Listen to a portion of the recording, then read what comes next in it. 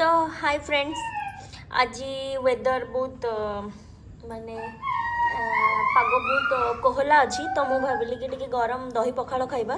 तो मु माने एबे सकाळे राइस बनै थिली ताको कालीर जो अल्प रातिर माने भात पखाड़ थिला ताको मिसेकी गोटे पखाड़ बनै देली। ता देरे दही दे देछि।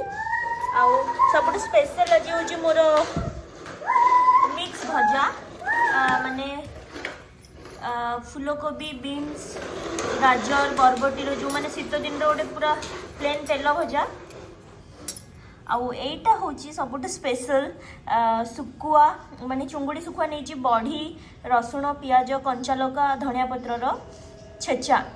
जदि एटा अपन खाई ना तो अपन ठीक ओडिया नुहति।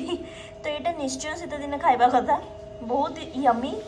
माने अपन मटन झोल छाड़ी आपको सियोर खाइबे आउ पियाज। सो आज होची प्लेट एटा डेलीशियस। आउ माने जी खाई जी खाइबार मजा जानी ओडिया खाइबार मजा तांकू तो एटा होची पूरा स्वर्ग सुख। तो मु कंट्रोल आउ करि परिबिनी। मु जाउची मोर लंच करिया पे। आपण भी खांतु आउ एंजॉय करंतु आपणक पाग को। Thank you.